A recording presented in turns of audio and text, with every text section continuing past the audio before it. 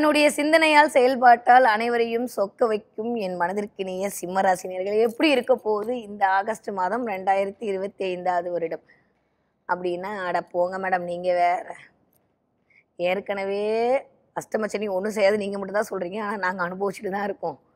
பத்தாவதுக்கு இந்த பக்கம் கேது வேற வந்து உட்காந்துருக்காரு. 12ஆம் இடத்துல சூரியன் வேற இருந்து செலவுன்னு வச்சு முடிச்சாரு.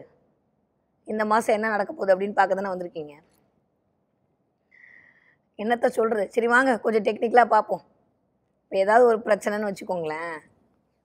சரி, எதுக்கு எடுக்கும்போதே பிரச்சனையை பற்றி பேசுறது?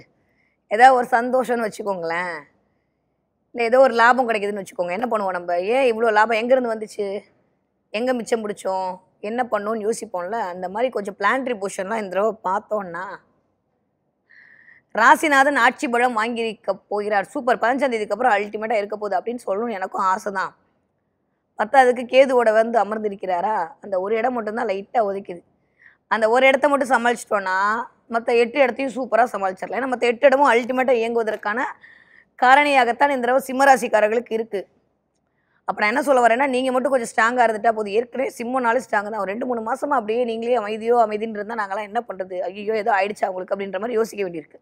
ஸோ சிம்மராசிக்காரங்க எப்பயும் போல் அப்படி சிங்கமாக கர்ஜனையாக வந்து நீங்கள் நின்னா தான் எங்களுக்கும் ஓகே, நம்ம பிள்ளை நம்மளை பிள்ளை மாதிரி தான் இருக்குது அப்படின்ற மாதிரி போவோம். நீங்கள் திடீர்னு அமைதியாக போகிறது, திடீர்னு டென்ஷனாக ஆகுறது அப்படின்லாம் பார்த்தா எங்களுக்கு ஐயோ உலகமே மாறிடுச்சு அப்படின்லாம் தோணுது. ஸோ சிம்மராசிக்காரர்கள் எப்பயுமே உங்கள் நிலையிலிருந்து மாறாமல் இருத்தல் மட்டுமே உங்களுக்கான அழகாக இருக்க போது. எப்பயுமே அதே கத்தோடையே ஜாலியாக இருங்க. இந்த தடவை கொஞ்சம் அதெல்லாம் தேவைப்படுகிற தருணமாகத்தான் இருக்குது சிம்மராசிக்காரர்களுக்கு. ஓகே, சரி வாங்க பிளான்ட்ரி பொசிஷன்லாம் பார்த்தோம் அப்படின்னு சொல்லி பார்த்தா, இந்த இடத்தில் 11ஆம் இடத்தில் லாபத்தை தரக்கூடிய இடத்தில் குரு. அது மட்டுமா, 10ஆம் வீட்டு அதிபதியும் 11ஆம் இடத்தில். சூப்பர் இல்லை? ஓகே, அப்படியே இந்த பக்கமாக வந்தோன்னா 12ஆம் இடத்துல இருந்து டென்ஷன் பண்ணி விரயத்தை கொடுத்துட்டு இருந்த நம்ம ஆள் அப்படியே 15ஆம் தேதிக்கு அப்புறம் வந்து நம்ம வீட்டில் உட்காந்து அப்பாடி ஜாலியாக பையன் வீட்டுக்கு வந்துட்டேன் அப்படின்ற மாதிரி வந்து உட்காந்து போகிறாரு. ஆமாம், உட்கார போகிறாரு. மிச்சத்தை பார்ப்போம். அதுக்கப்புறம் வந்து 11ஆம் வீட்டு அதிபதி வேற வந்து 12ஆம் வீட்டில் உட்காந்துருக்கிறாரு. இது அப்படியே சூப்பராக இருக்குமா? 11ஆம் தேதிக்கு அப்புறம் சூப்பராக இருக்க போகுது. சரி ஓகே, நான் தான் ஆரம்பத்திலே சொன்னேன் கொஞ்சம் டெக்னிக்கலாக பேச போகிறேன், அதனால் கரெக்டாக கவனமாக கேட்டுக்கணும். ஓகே, இந்த 9க்கும் 4க்கும் உடையப்பட்ட மிஸ்டர் செவ்வாய் வேற 2ஆம் இடத்துல உட்காந்துருக்காரு. அப்பாடி ஏய் ஜெயிஷ்ட அப்படின்னு நீங்களே உங்களை சொல்லிக்கொள்ளக்கூடிய ஒரு தருணமாகத்தான் இந்த ஆகஸ்ட் மாதம் இனிதே அமைய காத்திருக்கிறது. ஓகே, பலன்லாம் சொல்கிறதுக்கு முன்னாடி நான் சின்னதாக ஒரே ஒரு விஷயம் சொல்லிடுறேன். நிறைய சமைச்சு வச்சுருக்கோன்னு வச்சுக்கோங்க, எல்லாமே சூப்பராக இருக்க போகுது. ஆனால் ஏதோ ஒரு ரசத்தில் கொஞ்சம் உப்பு கூட போச்சு, இல்லை உப்பு கம்மியாக போச்சுனாலும் சாப்பாடே நல்லா இல்லைன்னா சொல்ல போகிறோம். மற்றதெல்லாம் சூப்பராக இருக்குன்னு ஒரு திருப்தியில் போவோம்ல, அந்த மாதிரி இந்த தடவை ஒரே ஒரு பிளானெட்டு கேதுவோட சேர்ந்து கொஞ்சோண்டு தம்ம துண்டு விளையாட்டு காட்ட போது, மற்றபடி எல்லாமே சூப்பராக இருக்குது.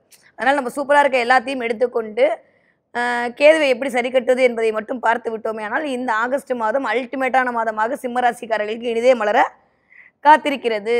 ஓகே, நிறையா பேருக்கு இந்த தடவை டிரான்ஸ்ஃபர் கிடைக்க போகுது. இதுவரைக்கும் இல்லாத அளவுக்கு மாற்றம் நிகழப்போகுது. மாறுதல் நிகழ்ப்பது. 4ஆம் இடம் என்று சொல்லக்கூடிய இடமே பயணங்களை குறிக்கக்கூடிய இடம், சுகஸ்தானம், சுகபோக வாழ்க்கையை வந்து இண்டிகேட் பண்ணக்கூடிய இடம், வண்டி வாகனம் உடைமை சொத்து சேர்க்கை வரக்கூடிய இடம். இந்த இடத்த அதிபதி போய் 2ஆம் வீட்டில் அமர்ந்தல் அப்படின்றது நிறைய பேர் வந்து எனக்கு தெரிஞ்சு, அது புதனோட வீடு இருக்காங்க. நிறைய பேர் ஃபோன் வாங்க போகிறீங்களோ, வாங்கினீங்கன்னா எனக்கு கமெண்ட்டில் சொல்லுங்கள். நிறைய பேர் ஃபோன் வாங்குறது, நிறைய பேர் வந்து புதுசாக வந்து ஹெட்ஃபோன்ஸ் வாங்குறது, ஏர்பாட்ஸ் வாங்குறது, உங்களுக்கு தேவைப்படுற பைக் வாங்கிக்கிறது, கார், இந்த மாதிரி உங்களுக்கான உடைமைகள் வாங்கி கொள்வதற்கான நேரம். இன்னும் நிறைய பேர் ட்ரெஸ் எல்லாம் வாங்குறது, ட்ரெஸ்ஸெல்லாம் 4ஆம் இடம் தான், சொக்காயெல்லாம் இதெல்லாம் வாங்குவதற்கான நேரமெல்லாம் சிம்மராசிக்காரர்களுக்கு இந்த தடவை இனிதே மலர காத்திருக்கிறது. முதல் 15 நாட்கள் எப்படி இருக்க போகுதுன்னா சூப்பராக இருக்க போகுதுங்க.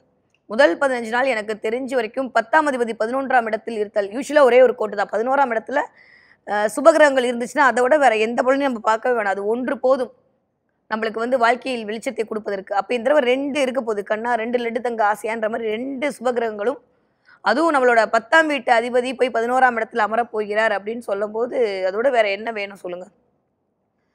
நல்லா இருக்கு, ரொம்ப ரொம்ப நல்லா இருக்கு. ஸோ பெருசாக எனக்கு வந்து கெடுதல் பலன்னு சொல்கிற மாதிரி சிம்மராசிக்காரர்களுக்கு எதுவுமே இல்லை. பட் இந்த கேது அப்படின்னு சொல்லக்கூடிய இந்த பிளானெட் என்ன பண்ணுன்னா, தேவையில்லாத ஒரு மென்டல் டிப்ரெஷனை கொடுத்துக்கிட்டே இருக்கும்.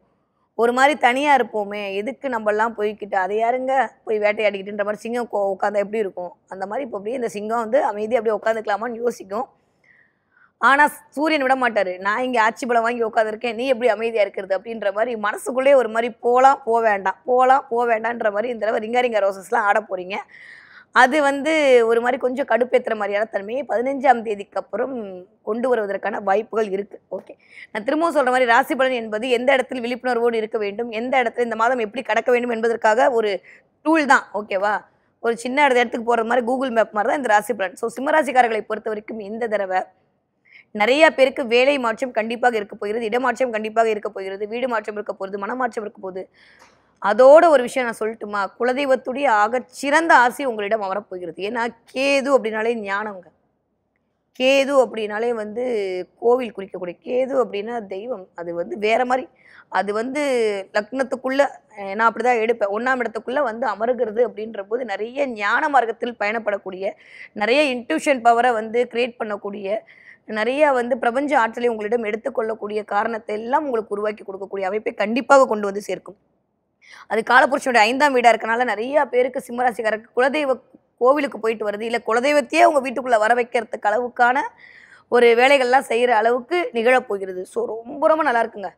யார் வந்தாலும் என்ன, என் பிள்ளைய நான் இருக்கேன் காப்பாற்றுறதுக்குன்னு உங்க குலதெய்வம் உங்க பின்னாடி வந்து நின்று அருள் பாவனை செய்யக்கூடிய நேரமாகத்தான் இந்த தடவை சிம்மராசிக்காரர்களுக்கு நிகழ காத்திருக்கிறது. கேதுவாவது ராகுவாது நான் இருக்கேன் அப்படின்ற மாதிரி உங்களோட குலத்தை காக்கக்கூடிய தெய்வம் வந்து அந்த இடத்துல அமரப்போகிறது. அதன் மூலமாக உங்களுடைய நெகட்டிவிட்டி எல்லாம் அப்படியே பாசிட்டிவிட்டியாக மாறக்கூடிய தருணம் சூப்பராக இருக்குது. சொல்லும் போது எனக்கு அவ்வளோ சந்தோஷம். ஸோ சிம்மராசிக்காரர்களை பொறுத்த வரைக்கும் இந்த தடவை தொட்டதெல்லாம் துலங்கக்கூடிய காலகட்டமாகத்தான் இருக்குது. குருவுடைய அருளும் சரி, சுக்கரனுடைய அருளும் சரி ரொம்ப எக்ஸ்ட்ராடினரியாக இருக்குது. ஸோ அதனால் நிறைய சுகபோகங்களை அனுப்பி முதல் 15 நாட்கள், அதாவது எனக்கு தெரிஞ்சு இன்னுமே சூரியனோட பொசிஷன்லாம் வச்சு பார்க்கும்போது முன்னாடி ஜூலை மாதம் 15ஆம் தேதியிலேருந்து ஆகஸ்ட் 15ஆம் தேதி வரைக்குமே நீடிக்கும். அது அப்படிலாம் பார்த்தா நிறைய வந்து கணவன் மனைவிக்குள்ள ஒரு ஒற்றுமை உருவாகி இருக்கலாம். நிறைய வந்து இளமை திரும்புதே அப்படின்ற மாதிரிலாம் நீங்கள் சுற்றிட்டு இருந்திருப்பீங்க. இந்த தடவை சிம்மராசிக்காரர்களுக்கு ஆகஸ்ட் மாதம் 15ஆம் தேதி வரைக்கும் அப்படியே அது நீடிக்கும். 15ஆம் தேதிக்கு அப்புறம் கொஞ்சம் உங்களுக்கு உள்ளார்ந்த ஒரு அனுபவத்தை கொடுப்பதற்கு ராசிநாதனும் கேதுவும் தயாராக இருக்கிறார்கள். ஸோ செல்ஃப் அனலைஸ்மெண்ட் இந்த தடவை நடப்பதற்கான வாய்ப்புகள் இருக்குது. நல்ல விஷயம்தான் அது. அது நடந்தால் தானே நம்ம அடுத்து என்ன பண்ண போகிறோன்ற ஒரு விழிப்புணர்வே நம்மளுக்கு வரும். ஸோ அதனால் இந்த மாதிரியான காரணிகள்லாம் சிம்மராசிக்காரர்களுக்கு இந்த தடவை இயங்க காத்திருக்கிறது அப்படின்னு தான் சொல்ல போகிறோம். ஸோ கூட்டி கழித்து பார்த்தா இந்த தடவை ஒரு 3 வகையான பலன்களை சிம்மராசிக்காரர்கள் எதிர்பார்க்கலாம். 1, கண்டிப்பாக ஒரு மாற்றம் என்பது நிகழ காத்திருக்கிறது. ஓகே. 2 அப்படின்றது இதுவரைக்கும் இருந்த அளவுக்கான பண விரயம் நடக்காமல் சேமிப்பு உயர்வதற்கான வாய்ப்புகள் இருக்குது. ஓகே. 3, ஒரு செல்ஃப் அனலைஸ்மெண்ட்டுக்குள்ளே நீங்கள் வந்து உங்களை நீங்கள் செதுக்கிக் கொள்ளக்கூடிய நேரமாக இருக்கிறது. அதெல்லாம் விட ஜாலி என்ன தெரியுமா? இந்த 8ஆம் அதிபதி இது வரைக்கும் அப்படியே ஆரம்பித்தார். இன்னும் 2 வருஷம் இருக்குது. ஆனால் இப்போயே தாங்க முடியல. அப்படின்னு பார்த்துட்டு சிம்மராசிக்காரங்களுக்கு சனியை வக்ரமடி விட்டார் கடவுள். அதனால் ஒரு 140 நாளைக்கு கவலையே பட வேணாம். 8ஆம் இடத்தால் மிகப்பெரிய பிரச்சனை வரப்போவதே இல்லை. 8ஆம் இடம் தான் திடீர் அதிர்ஷ்டம். நிறைய பேருக்கு திடீர் அதிர்ஷ்டம் உருவாவதற்கான வாய்ப்பெல்லாம் இந்த தடவை கண்டிப்பாக சுக்கிரன் மூலமாக நிகழ காத்திருக்கிறது. ஸோ வேலையில் அதிர்ஷ்டம் கிடைக்க போகிறது. ஏன்னா 10ஆம் அதிபதி போய் 11ல் உட்காந்துருக்காரு. ஸோ 10ஆம் அதிபதி போய் 11ல் உட்காந்துருக்கிறதுன்றது வேலையின் மூலமாக வரக்கூடிய லாபத்தை இண்டிகேட் பண்ணக்கூடிய இடம். அது புதனோட வீடாக இருக்கிறதுனால அந்த புதனுமே கொஞ்சம் நல்லா ஸ்ட்ராங்காக தான் இருக்க போறாருன்ற போது அவருடைய 2ஆம் வீட்டில் இருக்காரு. ஸோ ரொம்ப கவலைலாம் பட்டுக்க வேணாம். சிம்மராசிக்காரர்களுக்கு இந்த தடவை நிறைய வந்து குருமார்களுடைய ஆசி, நிறைய வந்து பெண்களுடைய ஆசி, நிறைய வந்து குலதெய்வத்தின் ஆசி, நிறைய வந்து இன்ட்யூஷன் பவர் இன்க்ரீஸ் ஆகி அதன் மூலமாக ஒரு செயல் நடைபெறுதல்ன்ற மாதிரி நிறைய ஞான மார்க்கமாக பயணப்பட போகிறீங்க. ஸோ ரொம்ப ரொம்ப அற்புதமான காலகட்டம். சான்ஸே இல்லை. சூப்பராக இருக்குது சிம்மராசிக்காரர்களுக்கு இந்த 1 மாத காலம். ஓகே. நீங்கள் படிக்கிற சிம்மராசிக்காரங்களா இருந்தால் எப்படி இருக்க போகிறீங்க அப்படின்னா, முதல் 15 தேதி நல்லா படிப்பீங்க. அடுத்த 15 தேதி தான் நம்ம நேரம் எக்ஸாம் வந்து சேரும். அப்போ வேற வந்து கேது உட்காந்துருப்பாரு. அதனால சிம்மராசிக்காரர்களை குழந்தைகளாக வைத்திருக்கக்கூடிய பெற்றோர்கள் இந்த 1 வருஷம் விட்டுருங்க, போனால் போகுது. நம்ம பிள்ளை தான் அடுத்த வருஷம் நம்மகிட்ட தான் இருக்கும். அதே போல தான் மார்க் எடுத்துக்கும். ஓகே. அதனால் பெருசாக கவலைப்பட்டுக்க வேண்டாம். படிக்கிற காலேஜ் படிக்கிற பிள்ளையாக இருந்தால் கொஞ்சம் வந்து அன்எக்ஸ்பெக்டடாக சில வந்து எக்ஸ்ட்ரா அஃபெக்ட் போனால் தான் ஜெயிக்க முடியும். இல்லை சில தடைகளை கொடுப்பதற்கு கேது தயாராக இருக்கிறார். அதை கொஞ்சம் ஞாபகம் வச்சுக்கோங்க. ஓகே. நீங்கள் 20 வயதிலிருந்து 40 வயதுக்குள்ள இருக்கக்கூடிய சிம்மராசிக்காரர்களாக இருந்தால் முயற்சிகள் அனைத்தும் பழுத்தமாக கொடுத்து ஒரு வேலை மாற்றம் நிகழப் போகிறது. மன ரீதியாக மட்டும் கொஞ்சம் கவலைப்பட்டுக்காதீங்க, பண ரீதியாக கவலைப்பட்டுக்காதீங்க. எல்லாமே இந்த 1 மாதத்துக்கு அப்புறம் சரியாக போயிடும் கண்டிப்பாக. ஆனால் செவ்வாய் சூப்பராக இருக்கிறனால நிறைய பேருக்கு இடம், பூமி, மனை, வண்டி, வாகனம் வாங்குவதற்கான வாய்ப்பெல்லாம் 100 விழுக்காடு வரும். கவலையே பட வேண்டாம். ஓகே. நீங்கள் ஒரு 40 வயதிலிருந்து 60 வயது இருக்கக்கூடிய சிம்மராசிக்காரர்களாக இருந்தீர்களே ஆனால் நிறைய பிளெஸிங் கிடைக்க போகுது.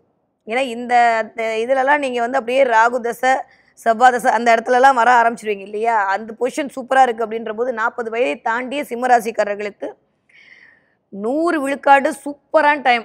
ரொம்ப ரொம்ப ரொம்ப ரொம்ப நல்ல டைம் கிரியேட் ஆக போகுது அப்படின்னு தான் சொல்லணும். இது வரைக்கும் இல்லாத அளவுக்கு ஒரு திடீர் அதிர்ஷ்டம் கிரியேட் ஆக போகுது. ஒரு ஜாப் சேஞ்ச் ஓவர் கிடைக்க போகுது. நிறைய பேருக்கு ஒரு இடத்துலேருந்து இன்னொரு இடம் மாறுவதற்கான வாய்ப்பு இருக்கு. இது எல்லாமே உங்களுடைய நேச்சுரல் ஹாரோஸ்கோப் படி தீர்மானம் செய்ய போகுது. ஆனா கேது அந்த இடத்துல உட்கார்ந்துருக்காருன்றத கொஞ்சம் கவனிச்சுக்கணும். அதனால வேற வழியே இல்ல.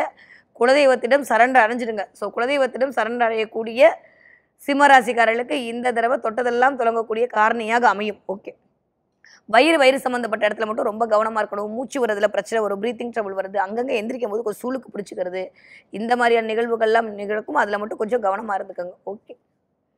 இந்த தடவை நீங்க என்ன பார்ப்பீங்க அப்படின்னா, சிம்ம ராசிக்காரங்க நிறைய பசுமாடு பார்ப்பீங்க.